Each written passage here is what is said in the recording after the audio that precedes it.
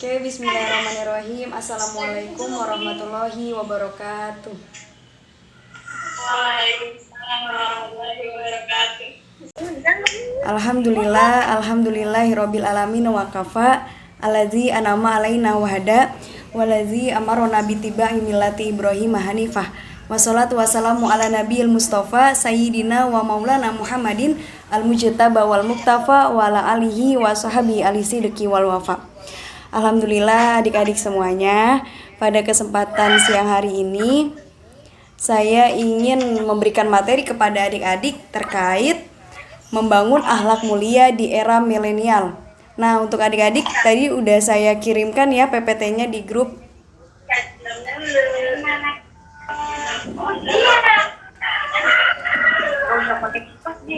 Sudah dibaca belum PPT-nya? Kalian kulitnya terbuat dari apa? Insya Allah udah ya. Iya. Jauh-jauhan. Soalnya kok nyari depan. Sebelumnya perkenalkan dulu, nama kakak Priscilla Anggita. Saya dari Universitas Islam 45 Bekasi. Nah, berbicara terkait akhlak, adik-adik, di zaman sekarang akhlak sudah menjadi hal yang sering kita ketemui ya, terutama dalam kalangan anak remaja ya. Kita menemukan bahwasanya banyak sikap ataupun perilaku moral yang menurun pada anak remaja. Benar atau tidak? Benar ya. Bukan. Meningkatnya keterlibatan kriminal seperti apa? Seperti bertutur kata yang kasar, penyalahgunaan obat-obatan yang terlarang seperti narkoba dan lain sebagainya. Terus perilaku hidup seks atau hubungan seks, tawuran, terus penindasan antar teman, geng motor dan lain sebagainya. Itu tanda-tanda bahwasanya perilaku ataupun sikap anak remaja zaman now itu mengalami keterbelakangan sikap gitu ya, menurun gitu sikapnya. Nah, demikian pula rasa saling menghormati, sopan santun terhadap orang lain juga mulai terlihat terkikis gitu ya. Hal ini terjadi akibatnya apa? Akibat kurang pendidikan akhlak pada anak remaja. Nah, sekarang untuk pembahasan yang pertama itu terkait generasi milenial. Apa itu generasi milenial? Ada yang tahu?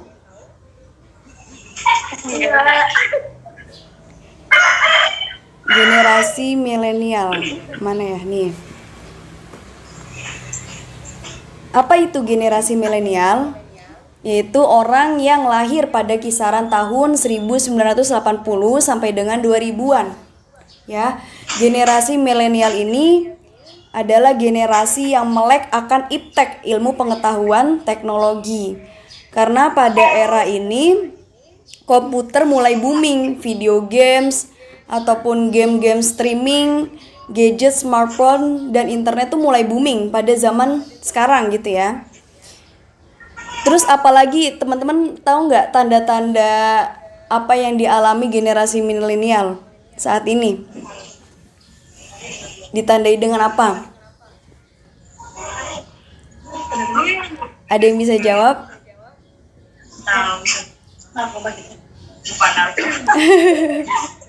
Ditandai dengan adanya GoFood kayak gitu. Itu kan termasuk zaman yang kita hadapi sekarang ya.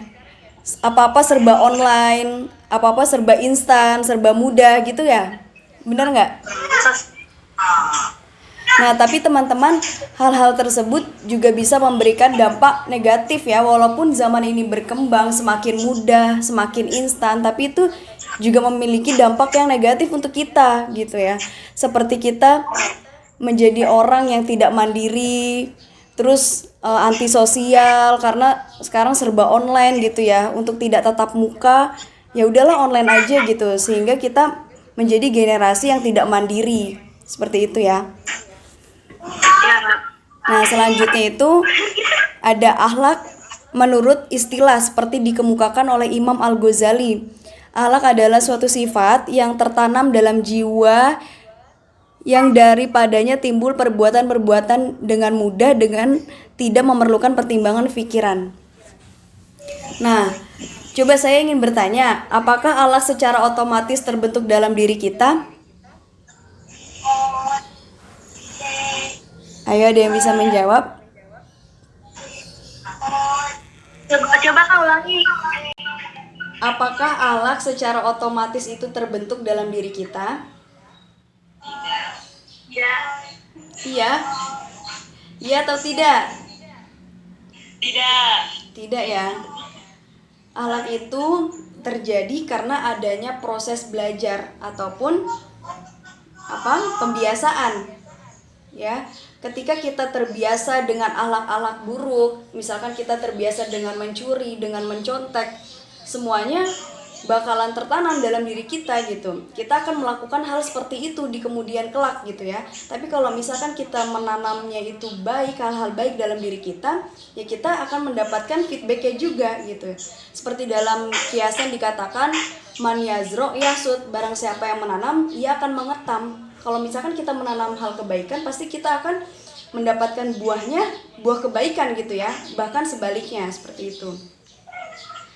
Nah, jadi akhlak itu terjadi karena adanya suatu belajar. Kita belajar dari setiap pengalaman, belajar dari setiap kejadian yang kita dapati dimanapun itu gitu ya. Terus dari pembiasaan, kalau misalkan kita terbiasa dengan melakukan hal baik ya akan baik terus gitu ya.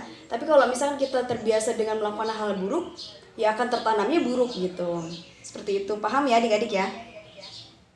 Iya, Kak. Oke, selanjutnya ntar kita buka slide-nya.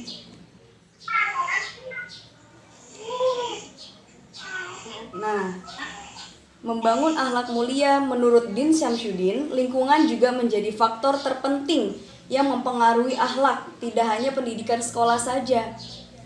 Jadi, pendidikan itu kan bisa kita dapatkan di mana saja, apalagi kita sebagai generasi milenial bisa mendapatkan itu dengan mudah sekarang. Seperti contoh kita bisa menonton YouTube, kita ingin mencari kajian tentang A, B, C, dan D itu bisa kita temukan di YouTube seperti itu ya. Kita mengikuti majelis itu kan juga suatu pendidikan. Ya, bukan hanya di dalam kelas saja gitu. Nah, yang terpenting faktor lingkungan itu juga akan mempengaruhi suatu akhlak ya. Maka dari itu teman-teman sekalian, adik-adik sekalian, kita patut untuk mencari teman atau lingkungan yang solih, yang baik gitu ya. Kalau emang kita ingin menjadi diri yang lebih baik, kita berkumpul dengan orang-orang yang baik gitu, orang-orang yang solih ya. Dalam Mafudul juga dikatakan khairul ashabi man yaduluka alal khairi. Ya, sebaik-baik teman itu yang menunjukkan dalam hal kebaikan. Kalau misalkan kita udah ngerasa dalam lingkungan kita itu toksik, ya, racun buat kita, kok kita bergaul dengan A, bergaul dengan B, kok malah menurun akhlak kita gitu. Berarti kita harus menghindar gitu, menghindar dari lingkungan tersebut, dari circle tersebut gitu. Kita mencari circle yang menurut kita bisa menunjukkan kita ke jalan yang baik dan benar. Seperti itu ya adik-adik ya. Ya, Kak. Oke, nah selanjutnya bagaimana nih cara mengatasi hal-hal negatif bagi remaja? Yang pertama, melakukan kegiatan yang positif. Ya, kita sebagai generasi membawa perubahan untuk dunia ya ke arah yang lebih baik. Kita harus memberikan contoh minimal untuk diri kita sendiri. Ya, kita lakukan hal-hal yang baik kepada keluarga misalkan. Kalau misalkan belum bisa ya minimal pada diri sendiri gitu ya, melakukan hal-hal yang positif. Terutama sekarang di masa pandemi ini, Allah telah memberikan kita banyak waktu luang agar kita belajar mendalami pemahaman agama gitu melalui YouTube, sharing bersama teman melalui online, gak usah susah-susah harus tatap muka lagi gitu kan. Dengan waktu luang ini kita bisa manfaatkan dengan kegiatan-kegiatan yang positif ya. Terus yang kedua, mengekspresikan potensi diri melalui kegiatan yang menunjang kehidupan yang akan datang. Jadi apalagi teman-teman kalau misalkan udah SMA, itu udah waktunya kalian mencari jati diri kalian. Kalian membuat plan, membuat arah apa yang kalian ingin siapkan untuk kehidupan yang akan datang, seperti itu. Ya, jadi harus dipersiapkan, daripada kalian gunakan waktu itu dengan hal-hal yang tidak bermanfaat, hal-hal negatif.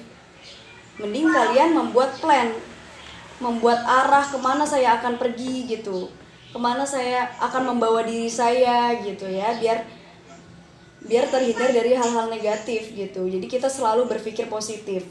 Terus yang selanjutnya, selalu mendekatkan diri kepada Allah Subhanahu wa taala. Ya, tentunya dengan melakukan banyak ibadah. Ibadah tuh bukan hanya berdoa aja ya, teman-teman. Bukan hanya sholat, bukan hanya puasa, enggak. Tapi kalau misalkan kita mau belajar, kita mau bersungguh-sungguh, itu termasuk bagian dari ibadah. Ya, kita sekolah, kita mencari ilmu itu bagian dari ibadah ya. Iya. Nah, terus selanjutnya bersosialisasi dengan orang yang lebih pintar, baik itu dalam bidang sosial, akademik, maupun bidang lainnya. Nah, ini yang tadi kakak katakan, kita harus pintar-pintar mencari teman yang baik, lingkungan yang baik, gitu ya.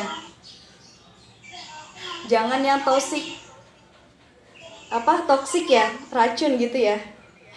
Iya kalau Iya, kita harus pintar-pintar mencari teman yang bisa mengarahkan kita pada perintah Allah, untuk untuk menjauhi larangannya, seperti itu. Nah, selanjutnya ada contoh pembiasaan akhlak terpuji dalam pergaulan. Nah, teman-teman, tadi kan kakak udah katakan ya di awal bahwasanya akhlak itu bukan terjadi secara tiba-tiba gitu, tapi terjadi karena adanya suatu pembiasaan. Ya, agar pembiasaan itu menjadi sebuah akhlak terpuji, gimana caranya? Yaitu yang pertama, sopan santun. Ya, menjaga sopan santun kalian terhadap siapapun, terhadap orang tua, terhadap keluarga, guru, dan lain sebagainya. Ya, bahkan teman kita meskipun seumuran, kita juga harus saling menghargai gitu. Harus ada etikanya gitu ya. Terus selanjutnya ada tolong menolong. Selanjutnya ada jujur. Ya, kalau misalkan kita nggak jujur, itu termasuk bagian dari orang-orang yang munafik. Ada hadisnya juga ya teman-teman. Apa, ada yang tahu nggak hadisnya tentang orang munafik?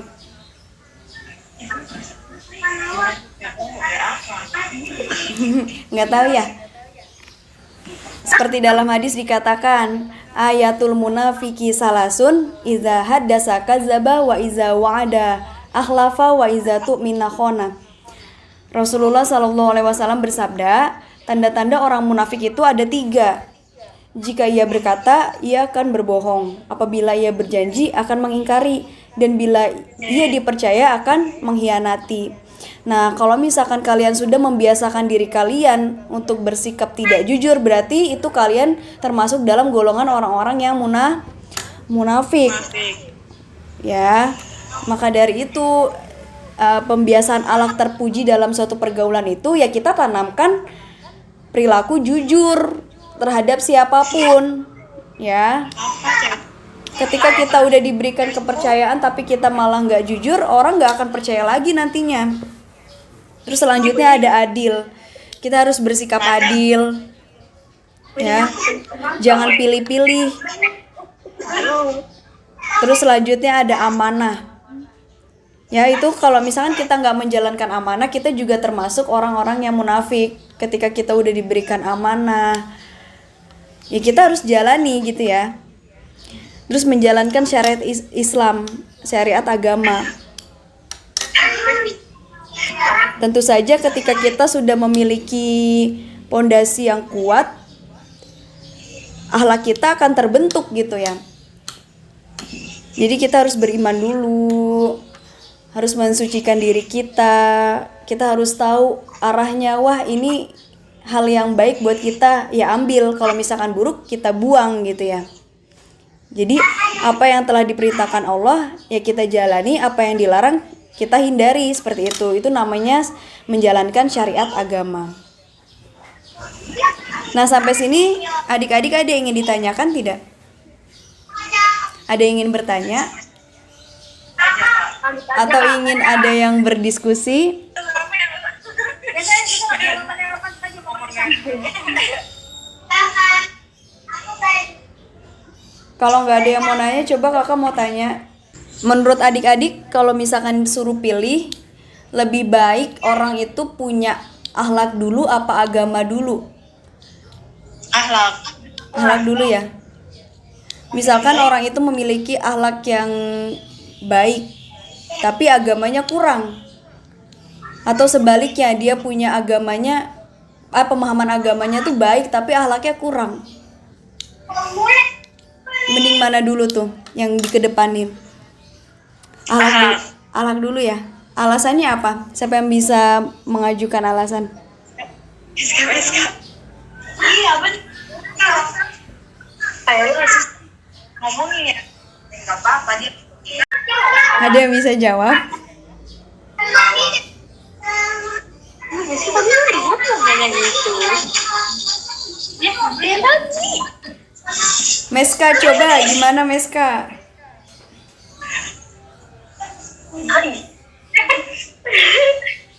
Sorry Pak. Alasannya gimana Meska? Kenapa harus yang dikedepankan akhlaknya dulu? Kalau misalkan ada pertanyaan seperti itu, terus jawabnya akhlak dulu kak, baru agamanya gitu. Itu apa alasannya? Lebih penting. Iya. Ya karena gimana nih? Ya karena alat ya karena alat lebih penting. Oh gitu. Karena akhlak lebih penting gitu ya daripada agamanya. Kan kalau misalnya kita harus belajar dulu supaya jadi Gimana? nih enggak bisa.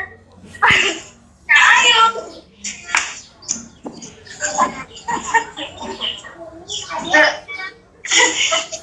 Coba Ika gimana coba? Pokoknya lebih prioritasin akhlaknya dulu, baru agamanya. Ya karena kan kalau misalnya kita agamanya doang, tapi akhlaknya nggak dipakai, kan sama aja. Tinggal membangun agamanya. Oke, good. Bisa. Coba yang lain. Fajria, Ika. Iya, jadi kalau misalkan orang itu akhlaknya udah baik, itu mencerminkan bahwasanya ajaran agama Islam itu luar biasa gitu ya. Oh, gitu. Jadi akhlak dulu baru agama gitu ya. Ada orang yang memiliki pemahaman agama tinggi, terus dia itu juga kalau misalkan sholat tuh kayaknya khusyuk banget depan orang, itu bisa aja orang itu hanya takabur gitu ya, memiliki rasa sombong dalam dirinya gitu, yang padahal akhlaknya dia itu kurang gitu. Maka dari itu yang lebih dipentingkan atau diprioritaskan itu akhlak terlebih dahulu gitu ya.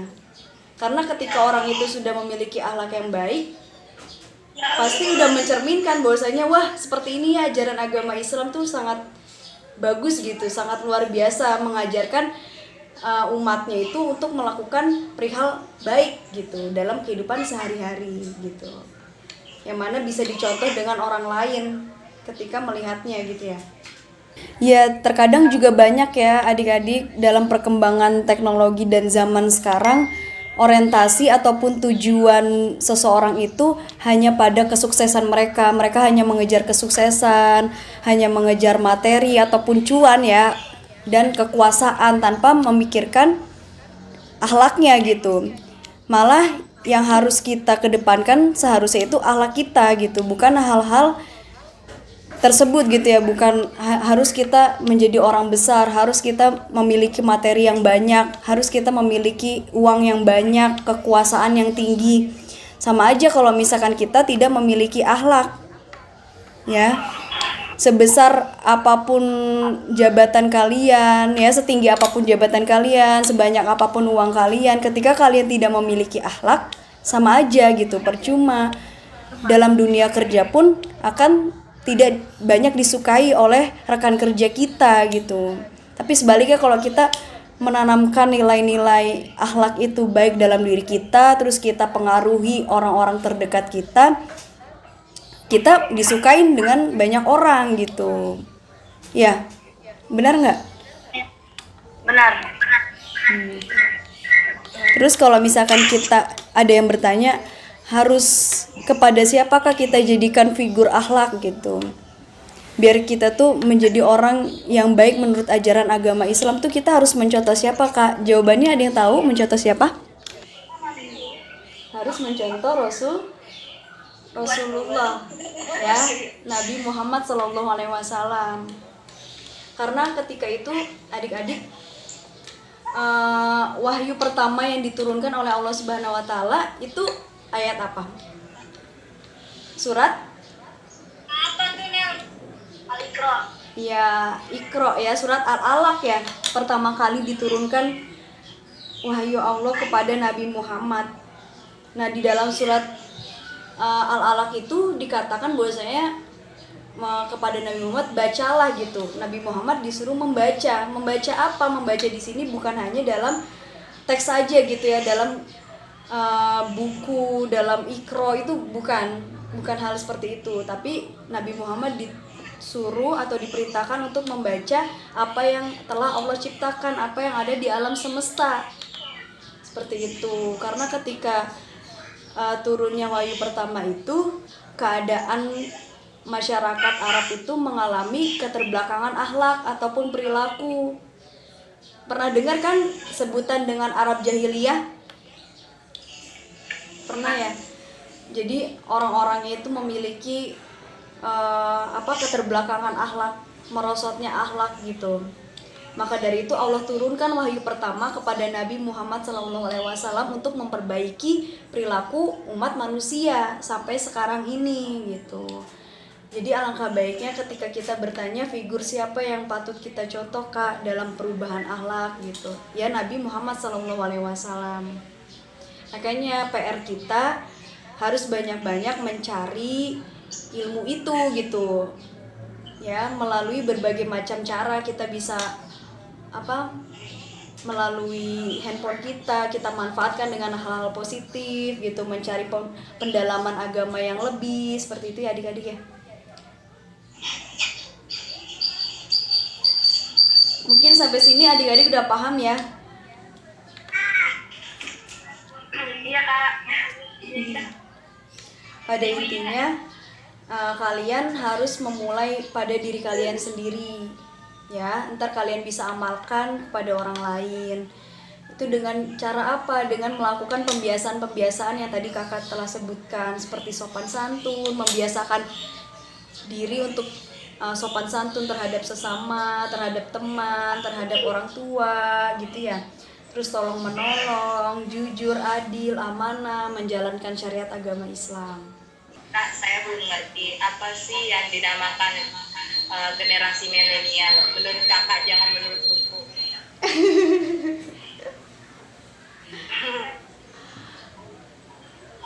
Menurut saya, generasi milenial itu generasi yang melek akan ilmu pengetahuan dan teknologi. Karena generasi milenial itu ada atau lahir pada perkembangan zaman gitu ya. Maksudnya zaman yang sudah benar-benar berkembang, seperti adanya komputer, adanya gadget, terus adanya internet. Pokoknya perkembangan perihal tersebut tuh udah pesat gitu. Itu yang dihadapi oleh generasi milenial saat ini. Ya. Ditandai dengan apa? Ditandai dengan serba online gitu ya. Dengan apa-apa tuh serba instan. Itu yang dihadapi oleh generasi milenial saat ini.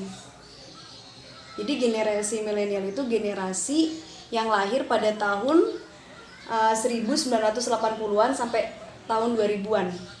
Nah, jadi kalian termasuk dalam generasi milenial bukan nih? Apa generasi years old? Oh, 2003 ya? Iya. Milenial kan ya, Kak? Apa? milenial. Iya, kalian tuh generasi milenial, generasi pembawa perubahan, generasi apa? Gadget gitu ya. Generasi yang melek akan ilmu pengetahuan dan teknologi. Semua ilmu pengetahuan dan teknologi berkembang saat zaman kalian, itu namanya zaman milenial gitu ya. Maksudnya generasi milenial menghadapi hal-hal tersebut. Poin apa yang kalian udah dapat dari materi hari ini? Tentang apa tuh tadi? Tentang narkoba itu kan kita ada kan. Tentang membangun akhlak mulia di era milenial. Apa yang kalian udah dapat dari materi hari ini? Kesimpulannya gini Kak, Ya, gimana? pada zaman sekarang milenial itu kurang kurang dalam hal membangun akhlaknya. Iya, benar. Terus? Dia lebih memprioritaskan teknologi dan momen apa yang ada pada dalam dirinya, Iya. kayak sosmed tuh dan sebagainya. Pokoknya di waktu luang ini kalian manfaatkan waktu kalian sebaik mungkin. Karena ketika kalian melakukan hal positif, akhlak kalian tuh akan kebentuk gitu ya. Jangan cuma kalian scroll TikTok terus gitu ya. Siapa tuh yang suka kayak gitu?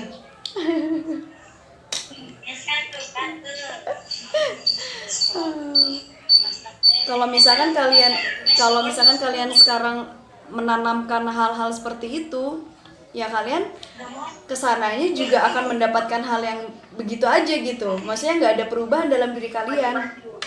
Kalau kalian berniat untuk aku mau hidup lebih positif gitu, untuk bekal aku, untuk investasi diri aku ntarnya, ya udah kalian buat plan, terus buat motivasi untuk diri kalian, mencari pembelajaran gitu dalam media sosial kalian, bukan hanya menyebarkan hal-hal hoak lah, menyebarkan gunjingan terhadap orang lain, nggak seperti itu ya. Tapi mulai menanamkan akhlak dari sekarang, dari diri kalian sendiri. Oke, mungkin cukup sekian ya adik-adik. Kakak rasa kalian udah cukup paham, kalian udah dewasa, kalian pasti tahu apa yang harus kalian pilih dan apa yang harus kalian ambil gitu untuk kehidupan kalian. Oke, nggak ada pertanyaan ya? Iya.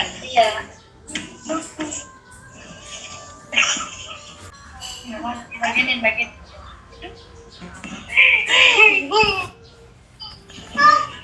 Ya mungkin cukup sekian adik-adik semua. Terima kasih atas partisipasi kalian dan kontribusi kalian untuk saya pribadi. Semoga kalian dibalas oleh Allah Subhanahu wa taala, mendapatkan ganjaran yang berlimpah gitu. Ya udah. Syukuran ala kulli mamikum. Wassalamualaikum warahmatullahi wabarakatuh.